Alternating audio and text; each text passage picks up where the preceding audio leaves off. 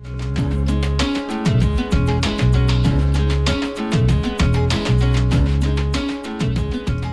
and welcome to the penultimate regular season episode of Film ReVision, the online talk show that discusses 25 films from 25 years ago. As you may know, for the last couple episodes, we've been mixing things up. Whereas normally I have one male and one female guest to discuss each film with me, last week we had two women on to discuss Return of the Jedi. So today, to balance things out, we're going to have two men, and we thought it only appropriate they discuss the largely feminist film Heart Like a Wheel, starring Bonnie Bedelia as the first female drag racer, Shirley Cha-Cha Muldowney. And to supply the testosterone for us, please welcome Dave Frydrychowski, an actor and director from here in New York City, and Mike Phillips, a tennis director from West Palm Beach, Florida.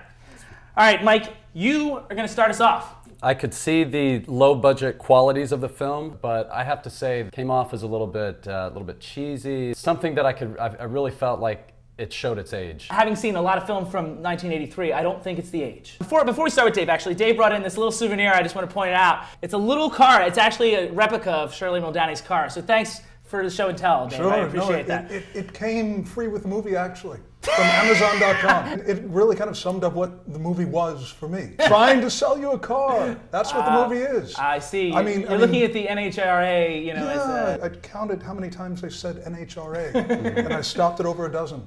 This is an infomercial. I think the primary issue with the film are the stylistic elements. And the person I watched it with made the reference of a Lifetime movie, and I really think they're not far off there. The primary driver of that, to me, was the music. The music was so cheesy. Even the 60s music, when they used songs occasionally, even the 60s music was really, really bad. You know, even in the one scene where they were transitioning through time and they used the birds turn, turn, turn. It's like so obvious. And it's funny, the commentary, you heard he was all proud of that. Oh, he was loving it, yeah. And I was like, are you kidding me? Right. Some of the acting was, to me, I felt like a very kind of stagey. Her first husband, Jack. Leo Rossi was a Leo problem. Rossi. Yeah. Sort of like the music, it was real big gestures, sort of, real big acting, real big obvious kind of moments. I did like Beau Bridges. I thought Beau Bridges brought the vitality of the movie, and whenever he was not in a scene, the film seemed to drag a little bit. I was thinking about the music and the performances. The same thing undercuts both. The nostalgia,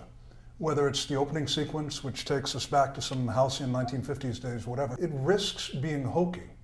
Risks. I think all these elements come down to direction. Did you watch the Shirley Muldowney documentary on the extras? That's when I knew the movie was really bad. Because when I watched this documentary and said, there is a story here. The documentary was really interesting to me. The film failed to capture any of it. Right. And that to me is a huge missed opportunity. But I think that was her fault, though. Shirley Muldowney. Exactly.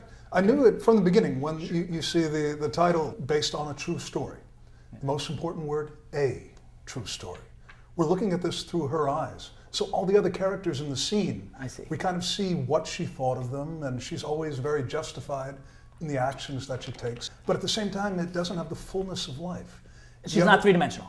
The others, more importantly, in the scene with her, are not three-dimensional. Right, we only see her take on them. In the commentary, he talked about how important it was to Shirley herself that Jack Muldowney not be treated too harshly. And I can see that, but the result in the narrative is a 180. In the first quarter of the movie, his character is abnormally nice.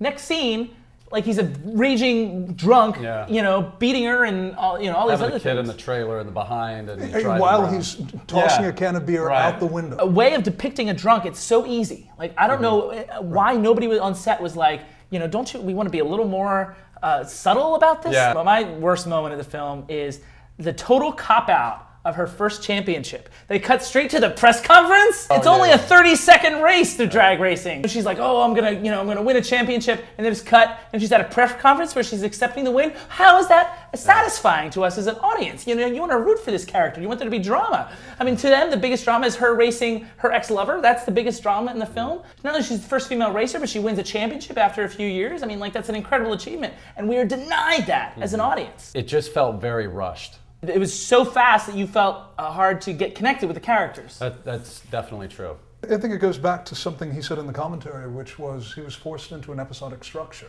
What I heard from him is that he wanted to base it on the relationships of the men. And that was how he structured the film. I think he said that was the way the story was told to him.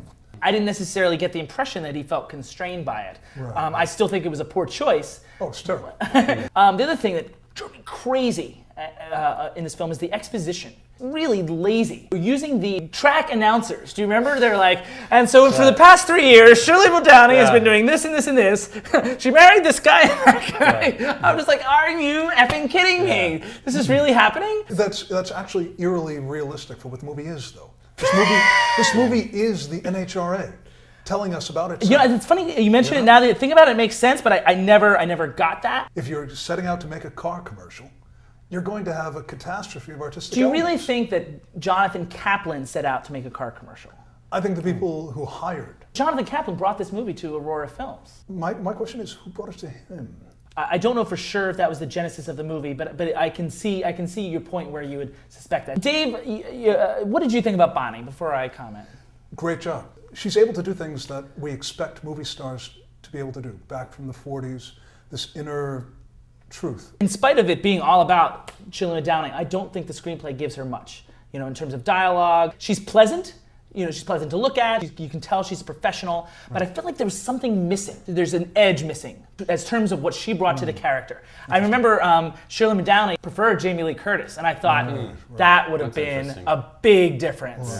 That seems to work so much better to me, and I'm like, wow, she would have brought all this other, because you see Shirley Downing, and she's tough. She's a tough broad. When I saw some of the still photos, this was a rough and tumble broad. Yeah, right? Exactly. That's and exactly if the movie what I had was the getting at. chutzpah to stage that, instead of trying to, what I suspect they were trying to do was getting the audience to identify with this demure 50s housewife, because it's so much the paragon of what people would like to be. I want to move on to talk about one more topic, and that is sexism, feminism. I felt it did an admirable job. Even with all its, weaknesses, I did kind of feel that, women could kind of rally around this character. She could kind of, she broke a lot of glass ceilings. She broke the ceilings, but she did it as a sex symbol, though. It came off to me as a bit craven, enlisting that political struggle in the effort to portray cars favorably. We were back to that original point. I feel like the issue was blatant and poorly handled. The just unforgivable weaknesses of the film really undercut the message. The characters and the situations are so, for lack of a better word, cheesy that it hurts this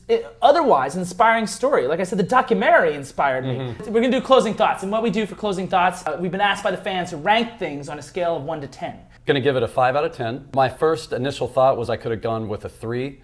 What helped me go a little bit higher was watching the commentary and kind of getting a little bit more of an understanding, which might be cheating. I know that's totally cheating. So maybe 3 out of 10. I'll stick with my 3 then. It didn't feel like a movie to me. It felt like a commercial, and so I have to give it a C out of 10.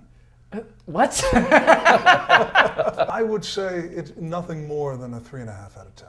I'm going to give this film a 2. What kills me about this film, like I said, is the story is there. It's a true story, and it can be told well. All of the stylistic elements of this film, just really, really bordered on cheesy, just poorly executed, ineffective, inefficient. It's very, very unfortunate. All right, it's time to go. I want to say a very special thank you to Dave Frydrychowski and Mike Phillips. If you want to see a good film, then definitely tune in to Reel 13 this Saturday night, December the 20th, where they're going to show you John Ford's The Searchers, which features John Wayne in perhaps his finest performance as a very complicated, racist hero who combs all of Texas to find his kidnapped niece, played by Natalie Wood. It very well may be the best Western film ever made. After The Searchers will be the Reel 13 short that you always choose on reel13.org. The indie will be the zany demolition derby comedy that would have made Roger Corman proud, The Guatemalan Handshake. For more information, stills, trailers, or synopses, you gotta become a fan of Reel 13 on Facebook. You gotta log on, check it out, make it happen. Film ReVision will be back next week for our final regular season episode, in which we're gonna talk about the big Oscar winner in 1983, Terms of Endearment. I will see you then.